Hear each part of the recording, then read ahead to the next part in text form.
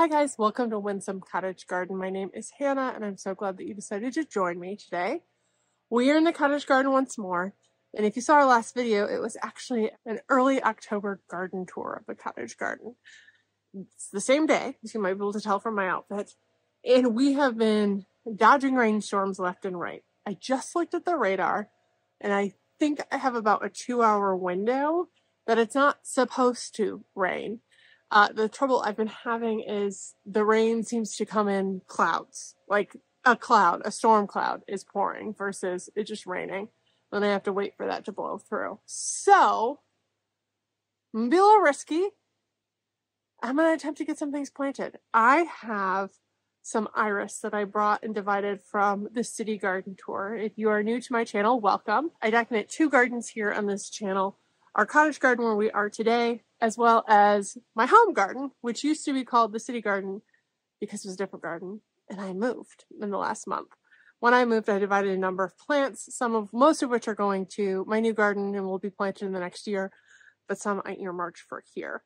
And I think what we're going to do in this video is attempt to get all the iris I brought planted. I have some right here, which were from the hoard at my house. We have 2 irises, a white iris and a beautiful blue iris, as well as some Siberian iris. I think this is Siberian. Is it? No, Japanese iris. Oh, this is a really pretty purpley one. It's quite tall. Gotta remember that. Okay, it is a new day. We did, in fact, not get outside to plant those iris because of the rain, because it just kept coming on and off. And it continued for a couple days. It's actually 2 or 3 days later from when I started that video. And today is a little similar in that the rain is kind of coming and going, but I've got my fingers crossed. So let's just dive in. I have ventured to the first place that we are going to be planting things, and I gathered more than I thought I had to plant here today. So I'm probably going to split this into 2 videos. And as I mentioned earlier, this video we are going to focus on iris. So if you see in a cart background some other things, that's going to be in a different video, probably immediately following this one, where we have some other beautiful things that we are planting from my house and that are in the holding area here. It is early October, which is a great time of year to plant. Generally, I'd say mid-September to mid-October, depending on where you live and where your first frost is ideal. I think most places will tell you you should really be transplanting or planting things up until your first frost.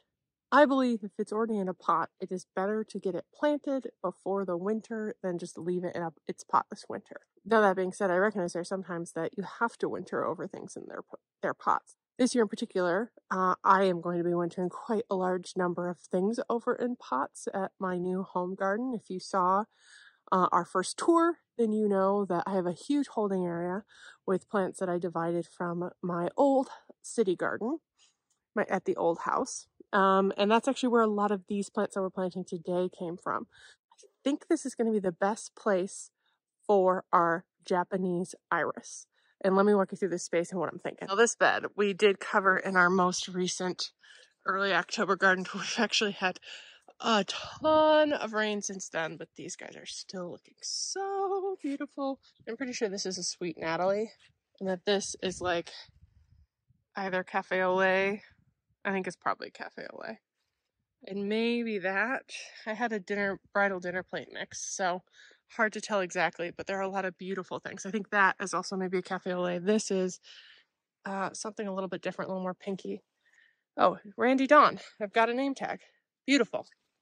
But things are very wet, as you can probably tell. And in this bed, in addition to the beautiful dahlias, we spent a lot of time in here last year and this year. I've got a whole series on it that I will link below in case you want to watch its entire transformation. But iris we're planting today, I have 3 different kinds. I have 2 bits of that Japanese iris I mentioned, as well as 2 German iris. This one is, I think, a white one, and this one is a really pretty dark blue. And in this area already, I have 3 types of German iris. This one is like a light blue, pretty color. This one is a black. I don't remember its exact name, but I can look it up. And then this one is a yellow. So with 3 kind of creating this visual triangle in this bed and blooming at similar times, I don't think I want to add any more German iris to this area yet. I reserve the right to change my mind in the future, but I'd rather add something that blooms at a different time and has a slightly different flower texture. And I think the Japanese iris is definitely going to fit the bill. It does not have that center standard that German irises have. It just has sepals, but has 2 layers of them, or they might still be considered standards, but either way, they kind of open up and it creates this huge flower that's actually very beautiful. It's like white with some pink undertones and purple veining and a stripe of yellow. And it tends to bloom after the German irises, or starting right when the last of the German irises are finishing. So I think that adds an additional layer of interest in this area. Really good spring color with the Miss Kim lilacs, which we are rejuvenating. And if you check out that playlist I mentioned, if you're wondering about their interesting shape. And then we have the German iris that all kind of bloom in step. We have some, after that, we also have some peonies that pick up. And then there's a bit of a dearth. We do have some beautiful hibiscus that is out of bloom right now, and the dahlias that we do stick in this place in addition to the Russian sage, but those tend to be end of summer. So we are missing that July in here. There's a little bit of Midnight Masquerade Penstemon, which is a brief, beautiful period, but it's really the only thing. And we do have some coneflowers, which kind of pick up, but I think right over here in particular, there's A, a hole, and B, it would provide some beautiful color when there's not much in this area. It's more down there that there is some. So I have 2 bits, and I actually think what I'm going to do is split the larger one into 2. So I have 3 and get them planted in a really pretty arc right here. So let's dive in.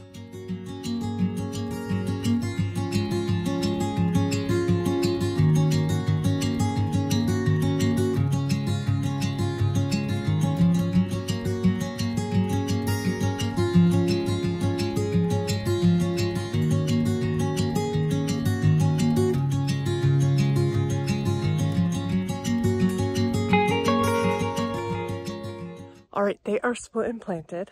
Let's show you how it ended up. So these guys actually get quite tall. I want to say they're about 30 to 40 inches. So I almost didn't plant that. You probably saw me sit back and think, oh, should I stick it over there? Because then you'll still have space on the outside.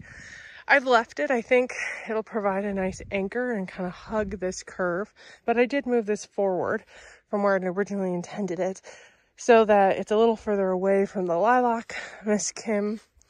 I think this is probably, it might put on like 1 more foot, but it won't do a ton more, to be honest. But that gives it a little extra wiggle room and kind of completes the arch, which I think also looks really pleasing from this angle, and create quite a nice little swath of them. And it pulls a lot of the same colors we have in here, pinks and purples. There's some reds and oranges, but those are a little bit later. There's some in here that are more yellowy that I might end up shifting, but I'm pleased with this, and there's still plenty of room to add smaller things around it. Okay, the next bed we're going to go in is that one over there. So I mentioned this bed is the one we're in next, and you might hear some background noise because there are a couple of people removing ducks around the lake. It is that time of year. The leaves are turning and the lake is shutting up for the season, but the garden is still looking good. And I think we can add some beautiful interest in here. I'm going to give you my thinking again about why I'm placing these things where I am placing them. This is another bed that we've spent quite a lot of time in the last 2 years. And then even this year we planted this guy and obviously all the dahlias, which I don't think we're going to be planting the dahlias up in here again. The Lucifer's tongue moved down here this year for the first time. And it did really, really well and was beautiful. I like it here. But it means that these dahlias can no longer be planted here. I think I'm going to have to double check how many were in here. But we've got, they tend to be similar colors. This one is a seed dahlia that I thought hadn't made it through the winter. I'm really pleased to see it. But they were all pretty much engulfed by the Lucifer's tongue. Between the Lucifer's tongue and a deer getting in here and doing some chomping, they didn't really stand a chance. We probably might be able to stick like 1 or 2 dahlias in here in the future, but this isn't really gonna fly anymore. Though I think I could probably stick some in here while the blueberries are still small. They're starting to color up and put on their really, really pretty fall color. Anyway, I'm getting distracted. Dad is doing some weeding. Long story short, I'm gonna stick in here. I have 2 more irises and a phlox that I'm gonna stick in here. Now we do have some iris already in this bed. We've got this one over here, which is a light blue one that has been here for a really long time. And then there is also another one right there that we actually planted this year. It's called Speeding Again. It's a really beautiful dark blue massive iris. So the irises I have left are white, a white one, which I think is going to go right here. So there's a trio in this top bed. You know, I like triangles. And then I'm going to stick a bicolored one that's a dark blue and a light blue right here, or maybe there actually, probably.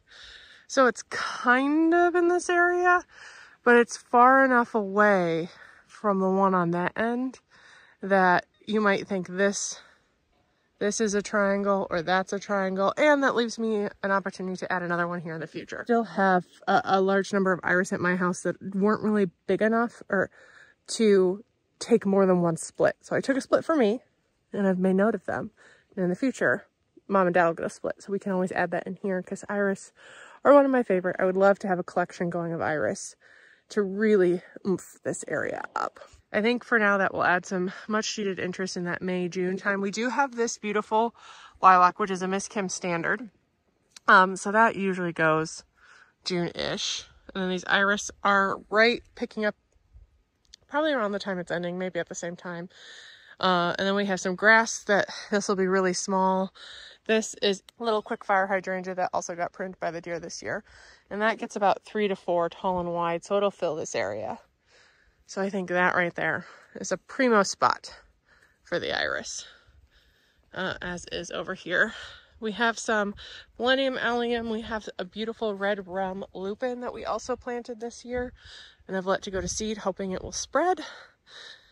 So I think the iris will kind of add similar texture. There is a lot of strappy texture. I recognize that. So I probably need to focus on getting some other broad leaf type of things in here, which I will make note of. I actually think this would be a nice spot from some Artemisia, like here-ish or over there, to kind of help pop. We do have some good different textures in here. We've got a boxwood that's doing really well, needs a bit of a prune.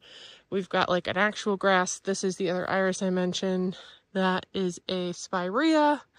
We've got a peony for spring interest. This is crocosmia, so this will be quite small when the iris is blooming or just kind of putting on growth. I just need to work in additional textures. Speaking of additional textures, this right here is where I'm going to stick the phlox. It is a bright pink and white striped phlox, and it blooms August time. So the Lucifer's tongue is like July, August. This will be around the same time. Adds a new texture and a really pretty pop because this doesn't have a lot of color down here. So it'll be like red, pink. The allium will be going, it'll be purple. We like a riot of color in this house. The beauty of gardening, if I see it next year, I'm like, oh, I really don't like that color combination, I can move it again. I'm not tied to it, I'm not married to it. If I don't like exactly where it is, most of these plants are pretty hardy. They will thrive, and I can move it until it is something that I love. So let's get you guys set up and let's get planting.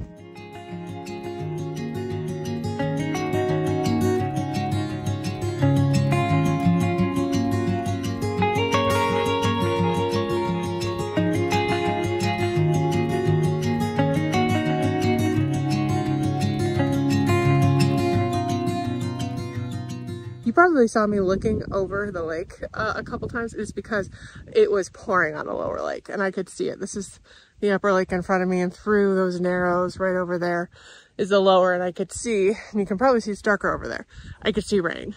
So I was like, quick, let's get it in the ground. And I did. So let's give you a closer look. They all ended up right where I said they would. I almost didn't pop this here because I was like, well, is it going to clash too much with, because Lucifer's tongue, Crocosmia, is a really bright fire red. Like this is definitely darker than it.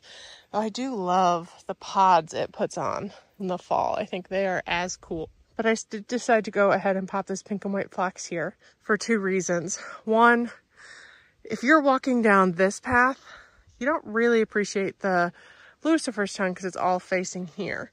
And if these are going at the same time, which they shouldn't be, these should be just ending, but every once in a while they go crazy and do a second bloom. They would complement each other well. This is white and pink stripes, like in a pinwheel, though I have had some at my old house revert to just white or just pink. If it reverted to just white, it would be very pretty, or even just pink. Either way, I think it'll add a punch here that is still very bright and kind of complements the brightness of a Lucifer's tongue. So I did go ahead and plant it, and if I don't like it, I'll move it. White iris got planted, went in very easily, and I ended up popping the blue iris there because I think it does have quite a large stem and flower and will benefit from the support of the rock wall with the winds that we get that you couldn't feel. Man, it does look very rainy, doesn't it? I do think that that is going to do it for this video. I am feeling some moisture in the air and I'm seeing it on the water, so I think I'm going to run up inside for a little bit, have a cup of tea before I come out and film part 2 of planting things from my house, which will probably be the next video. So as I said earlier, if you haven't done so already, make sure to subscribe and hit that thumbs up button. I really appreciate you joining me today, and I can't wait to see you next time. Bye-bye.